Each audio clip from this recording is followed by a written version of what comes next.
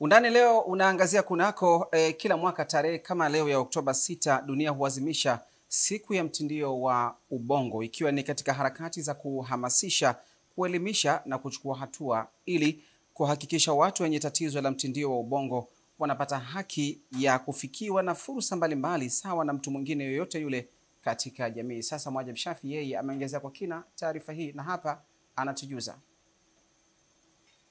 Ugonjwa wa mtindio wa ubongo unaoathiri ukuaji wa mwili umemulikwa hii leo, ambayo ni siku ya kuhamasisha dunia juu ya ugonjwa huo ambao umeenea maeneo yote duniani. Shirika la Afya Duniani WHO linaeleza kuwa ugonjwa huo hujitokeza mwanzoni kabisa mwa uhai wa mwanadamu na chanzo chake ni hitilafu za mishipa ya fahamu ambayo hatimaye huathiri utendaji wa ubongo. Maadhimisho haya ni hatua mojawapo ya kuhakikisha kwamba watu wenye matatizo haya wanatendewa haki. Hali hiyo inaweza kumfanya mtu kukosa mawasiliano ya moja kwa moja baina ya viungo vyake na akili. Kwanza tuangazie utindio wa ubongo ni nini. Wataalamu wanasema kuwa mtindio wa ubongo ni kundi la matatizo yanayoathiri uwezo wa mtu kutembea na kudumisha usawa na mkao sahihi. Tatizo hili husababishwa na maendeleo yasiyo ya kawaida ya ubongo au haribifu katika ubongo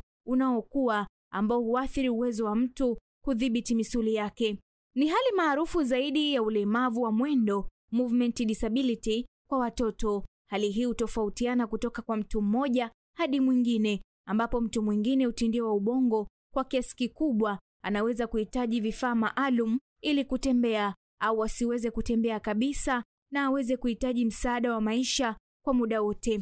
Na mtu mwingine utindio wa ubongo kwa kiasi kidogo anaweza kutembea kwa tabu kidogo lakini asiweze kuhitaji msaada wowote.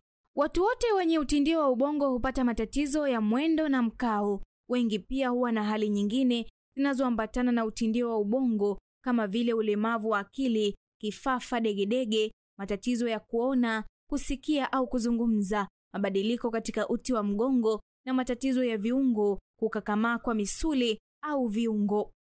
Nini husababisha utindio wa ubongo? Utindio wa ubongo husababishwa na ukuaji usio wa kawaida wa ubongo au kuumia kwa ubongo unaoendelea kukua, jambo linaloathiri uwezo wa mtoto kudhibiti misuli yake. Awali watu waliodhani kwamba utindio wa ubongo husababishwa hasa na upungufu wa oxygen wakati wa kujifungua, lakini sasa wanasayansi wanaamini kuwa hali hiyo inachangia asilimia ndogo tu ya visa vya utindio wa ubongo. Hivyo maendeleo yasiyo ya kawaida au majeraha ya ubongo yanatokea kabla ya kuzaliwa, wakati wa kuzaliwa, ndani ya mwezi mmoja baada ya kuzaliwa, katika miaka ya awali ya maisha ya mtoto na wakati ubongo bado unaendelea kukua. Hizi zote zimegawanyika katika makundi mawili, ambayo moja, utindio wa ubongo wa kuzaliwa ambao ni aina ya utindio wa ubongo inayoweza kutokana na matatizo ya ubongo kabla ya kuzaliwa. Wakati wa kuzaliwa ikiwa ni asilimia kubwa ya utindio wa ubongo, takribani asilimia 85 hadi 90 ni ya kuzaliwa. Mara nyingi sababu halisi ya kutokea kwa hili haijulikani, lakini pili ni utindio wa ubongo baada ya kuzaliwa, ambapo idadi ndogo ya visa vya utindio wa ubongo husababishwa na matatizo ya ubongo yanayotokea zaidi ya siku 28 baada ya kuzaliwa. Mtindio wa ubongo wa aina hii huambatana mara nyingi na maambukizi ya ubongo pamoja na majeraha ya kichwa. Kwa ujumla, visababishi vikuu vya utindio wa ubongo ni kukosa hewa oxygen wakati wa kuzaliwa, kuzaliwa kabla ya muda, njiti, manjano kali kwa mtoto mchanga, majeraha ya kichwa katika miaka ya awali, pamoja na homa ya uti wa mgongo au degedege.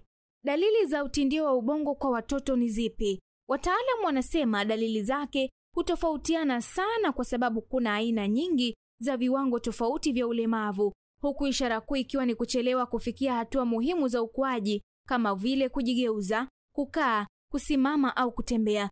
Ni muhimu kutambua kwamba watoto wasiokuwa na utindio wa ubongo pia wanaweza kuwa na baadhi ya dalili hizi, hivyo ni vema kuwaona wataalamu wa afya au kumpeleka mtoto hospitalini pindi unapoona dalili hizi. Na sasa tuangazie matibabu ya utindio wa ubongo.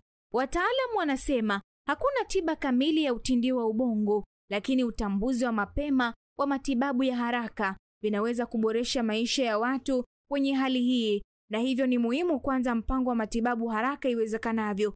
Baada ya mtoto kugundulika kuwa na utindio wa ubongo, kikundi cha wataalamu wa afya hufanya kazi kwa pamoja na mtoto na familia yake ili kuandaa mpango wa kumsaidia mtoto kufikia uwezo wake kamili. Lakini msaada wa familia na mapenzi ya dhati huongeza matumaini kwa mtoto mwenye utindio wa ubongo. Na kabla ya kuchagua mpango wa matibabu, ni muhimu kuzungumza na daktari wa mtoto ili kuelewa kikamilifu faida na hatari zinazoweza kutokea. Pia ni muhimu jamii kutambua kuwa utindio wa ubongo si ugonjwa wa kuambukiza, na watoto wenye hali hii wanaweza kufikia mafanikio makubwa endapo watapatiwa msaada sahihi. Huduma hizi zimeendelea kuhamasisha jamii kutambua kuwa mtindio wa ubongo ni hali inayoweza kudhibitiwa kupitia matibabu, mazoezi ya viungo na ushirikiano wa karibu kati ya wazazi na wataalamu wa afya.